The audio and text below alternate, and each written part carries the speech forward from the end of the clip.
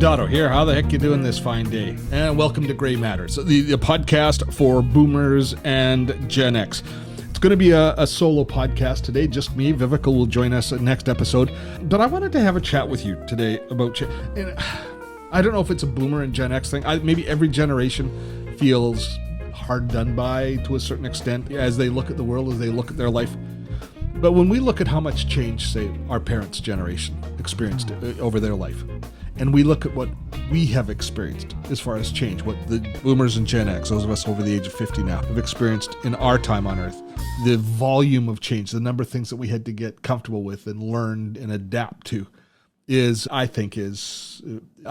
don't think that any other of the generations has had to experience quite as much as us.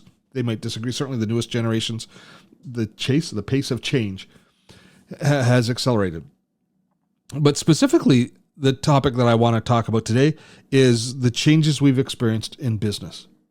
From when we started out in our careers to today, how businesses perform, what the important skill sets are, how difficult it is for a business to launch, what entrepreneurialism looked like in the 70s and 80s versus what entrepreneurialism looks like today. That's what I want to spend some time talking to you about today here on Gray Matters. So let's get to it. But before we do, a quick message from one of our sponsors.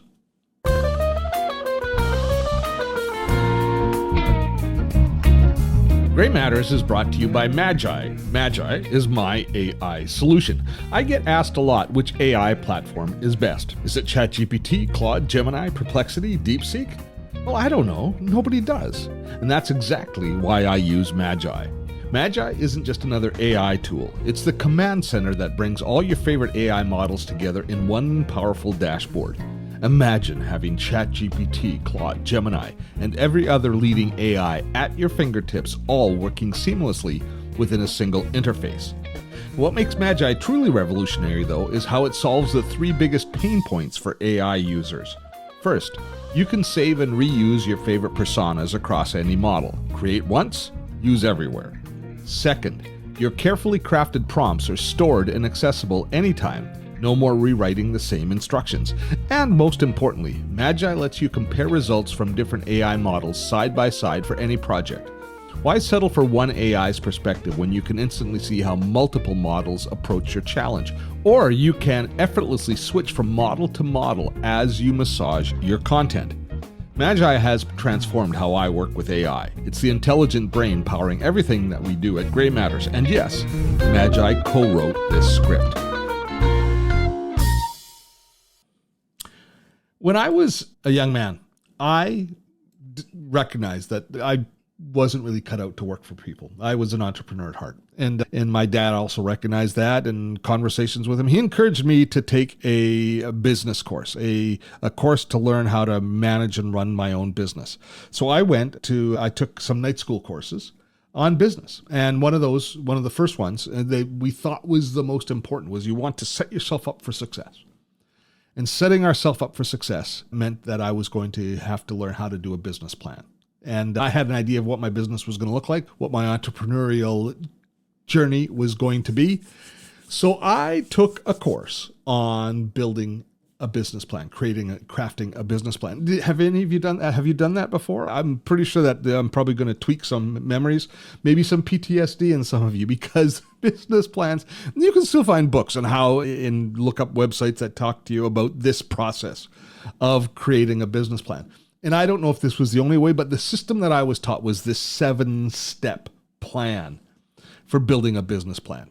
Started out with creating an executive summary, then writing a company description, then a description of your products and services.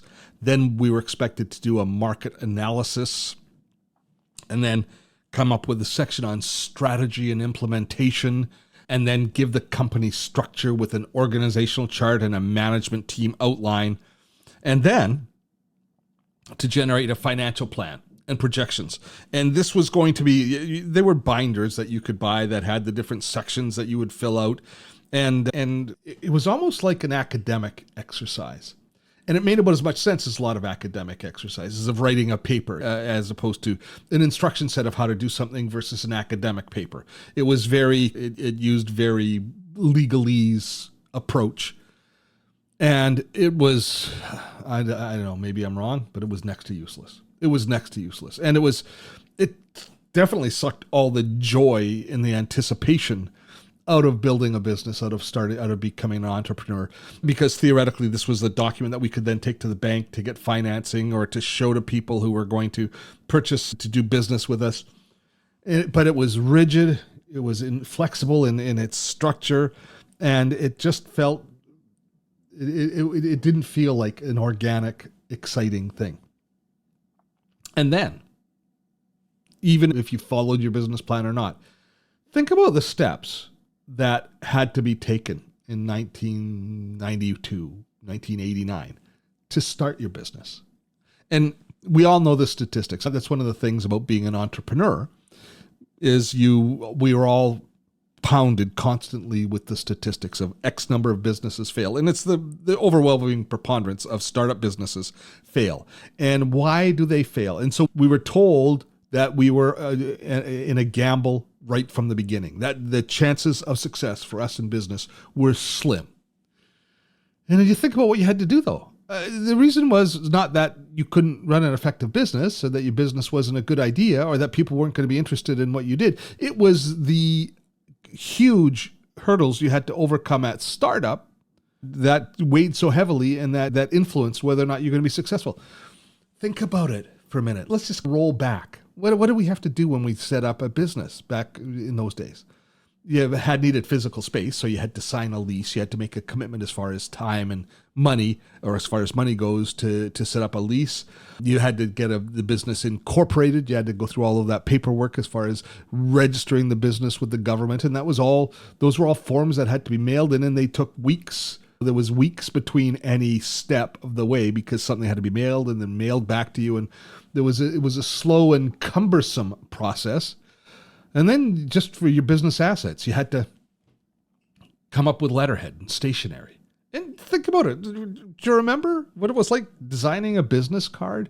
You would struggle over what is our logo going to look like, and what is my title going to be, and what font are we going to use for the name, and what's the format of the card going to be, and how many are we going to print, and are we going to cheap and do one color printing, or are we going to go two color, or are we going to just go whole hog and go 3 or 4 color printing? And of course the costs all accelerated with each step of that way.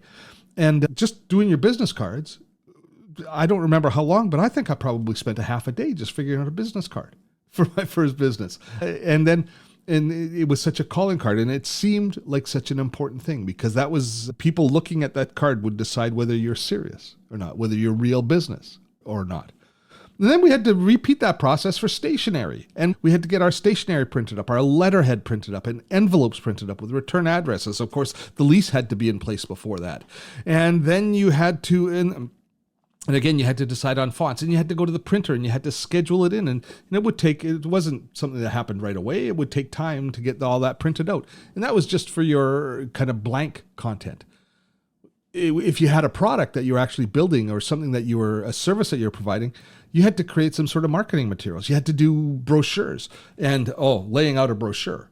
The amount of energy and time we would spend designing the brochure, designing exactly what it was going to be. Then you would design it yourself on using a typewriter or using Letraset. Remember, we'd get Letraset and we'd lay out what something was going to look like, or you do it by hand. And ultimately, of course, we could use a computer or something like a tool like PageMaker or something, but that wasn't until 86 or 87 that those tools started to come available. If you happen to have a graphically enabled desktop publishing type system. But then you take that brochure and you take it to the printer. And then we would go through a process of being typeset and the photos being added and you sending it back proofs. And it would be a process of weeks to produce a brochure. And maybe you're going to be launching your business and you're going to be promoting at a trade show. So you had to print up a whole bunch of brochures. And God forbid that you should make any change to that document. God forbid that you made any change whatsoever to that document or had a mistake, a typo in that document, because you'd printed up 5,000 of the damn things. So yeah, it had to be rock solid, didn't it? And then you had to set up your communication systems, your phones, and buying a fax machine and getting numbers, paying for business lines. Oh, Geez, how expensive was it to pay for the business lines that came in and answering systems and fax machines? And they had to get business insurance, of course, and your fixtures. And all of this stuff is just the kind of the mechanism that's going to allow you to do business. That we're not even talking about inventory or your business itself. Setting up an accounting system that you could do. Now, you still have to do some of these things today, but did you set up your accounting system? The first one I did was at a paper book with ledgers, and I had to learn how to enter all of my different receipts and invoices and expenses and write them down. That was a learning experience in itself. Then you had to set up your merchant accounts. If you're going to collect credit card payments or you set up your banking, you had to have all of your business licenses in place. And to be able to collect credit cards or to be able to take payments, they practically asked for your firstborn. And if you hadn't had kids yet, you were screwed because you didn't have a firstborn to put up. That was just the ducks that you had to put in a row. And how long did that take?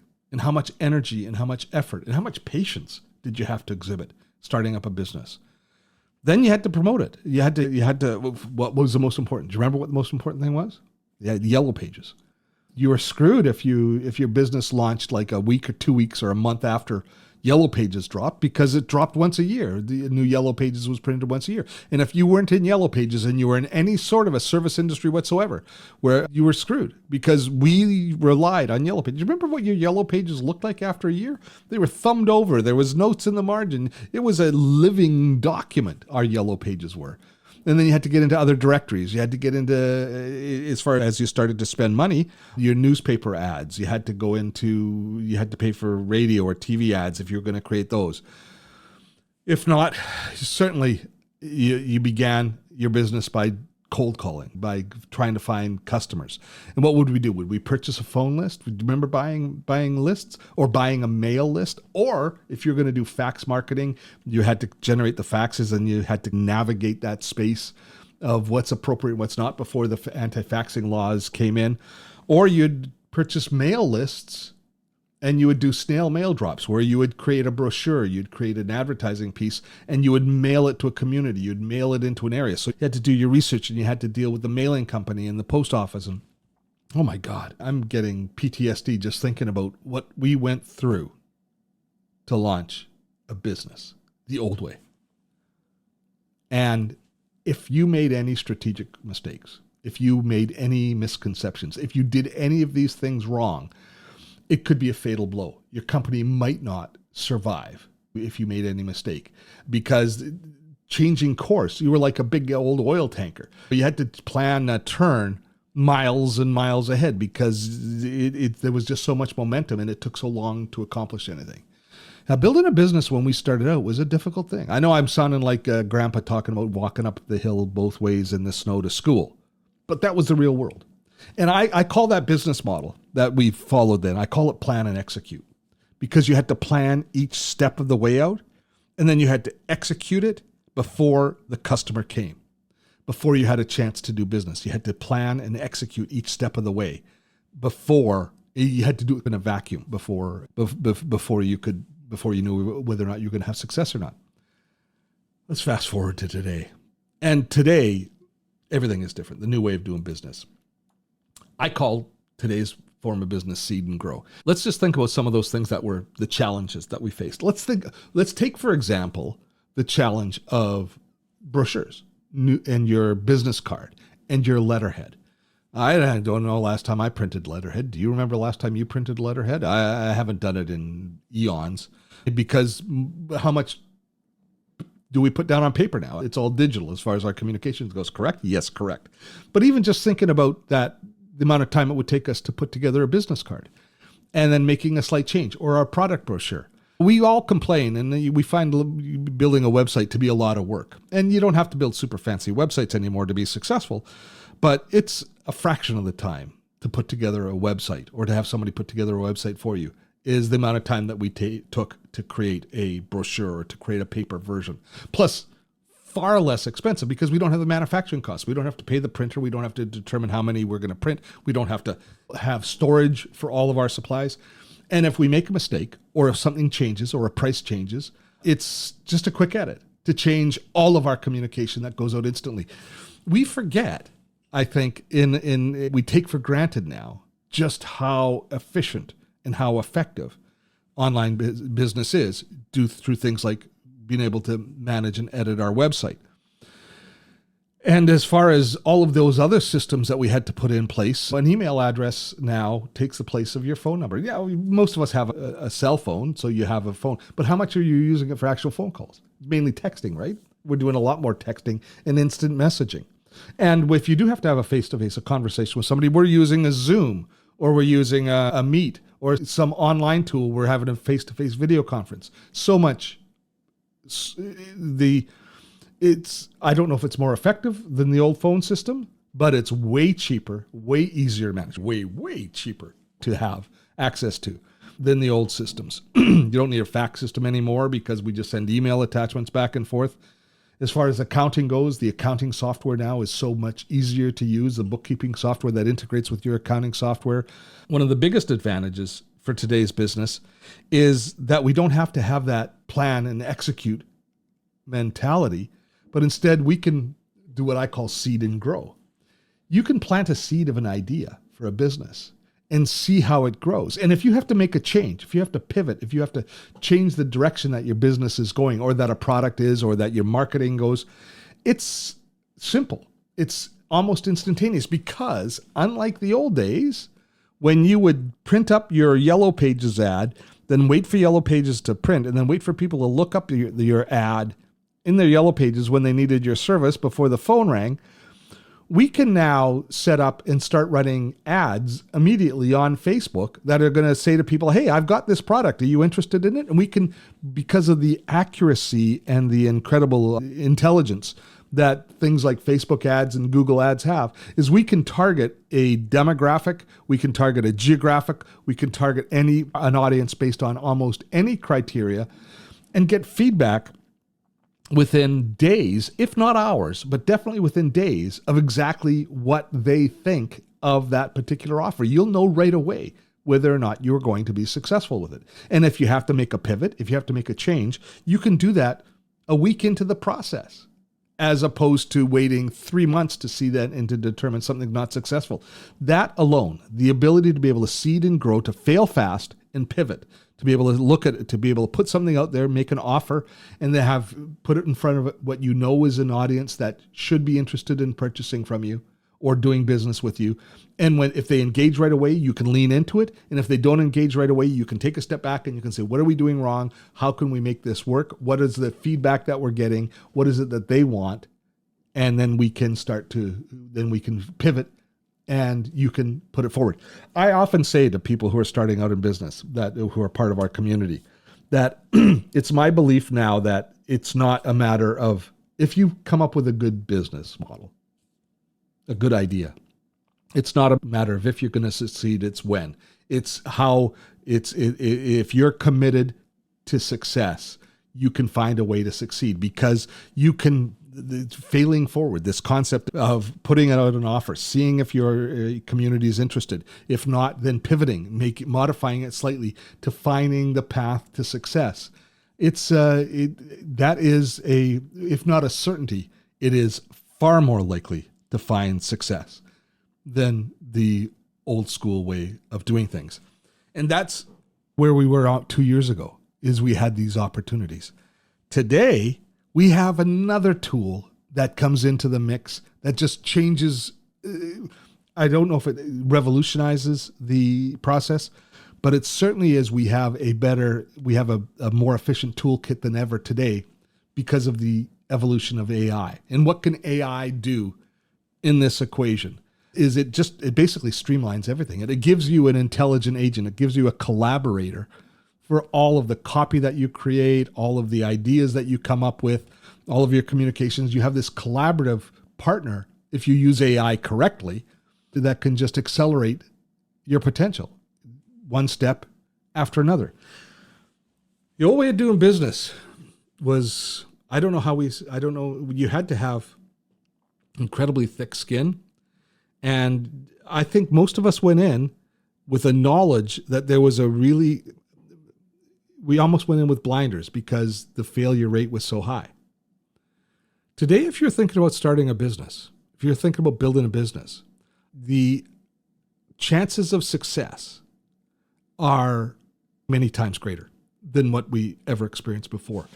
If you park what you've learned, park what we were taught was the way of doing business, all of those building a business plan, all of the rigid rules that we were taught was the way that you could build a business back in our startups when we started in business. But instead, if you embrace this seed and grow mentality of I've got this idea and I'm going to go out to my marketplace and I'm going to ask them questions. I'm going to hear what the community is interested in, what my target audience is interested in.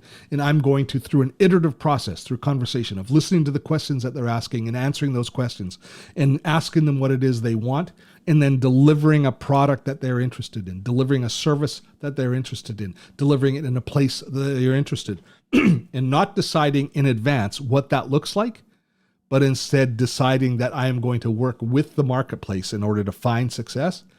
I think it's just a question of when. And so much of the world is designed right now to beat us down, especially the boomers and Gen Xers out there. We're starting to feel ageism creeping in, and we might not feel like we were quite exactly what we once were. I think we're better than we ever were, because into this world, we can bring all of this experience. We can bring all of the experience of over the years and the network of people and the understanding of the subtleties of communication and the subtleties of doing business and the instincts. And if we add those to these new capabilities, to the rapid pace of doing business, of communication, of being able to pivot and be able to shift, I don't think that there's ever been a more exciting time to have an entrepreneurial spirit and to be interested in building a business. And our generations, boomers and Gen Xers, we have an advantage that the younger generation will never have. They will, but it'll be 30 years before they have it, is we have experience. We have failed. We know what it's like to fail. We're not afraid of it. We shouldn't be afraid of failure anymore. A lot of us still are. That's a topic for an entire other webinar or entire other podcast. That is a topic for an entire other podcast, which is our generational fear of failure. But you shouldn't be afraid, I think, that you're going to fail if you recognize the experience that you have, that you bring to the table, and you recognize the opportunity that the current business environment offers us with the current toolkit that we have available to us. Yeah, change has been hard to take. Change has been hard to take in a lot of ways for us. It's beaten us up, and it's interrupted a lot of the best laid plans of mice and men. But if we take a step back from that and we decide that change is going to work for us, and I think it's just a decision, it's just a switch that you flip. Instead of worrying that change is going to interrupt everything, you say, I'm going to take advantage of all of this change. I think it's just a question of when you're all going to succeed, not a question of if. I hope you found today's podcast valuable and interesting. Listen, if you're viewing us on YouTube, the reason that we're publishing this podcast now on YouTube is we want you to engage in the comments. So one of the challenges podcasters have had historically is getting their audience able to have conversations with them on the traditional podcast platforms. And while you can certainly listen to this podcast on traditional platforms, if you're watching it on YouTube, take advantage of the comment section. Let us know what you think of the ideas. Share your thoughts. Share what you'd like to see us sharing on the podcast. And we'll be, I guarantee, we will read each and every comment, and you can help us shape this to serve your best needs and to ensure that this podcast is successful. Till next time, I am Steve Dotto. Have fun storming the castle.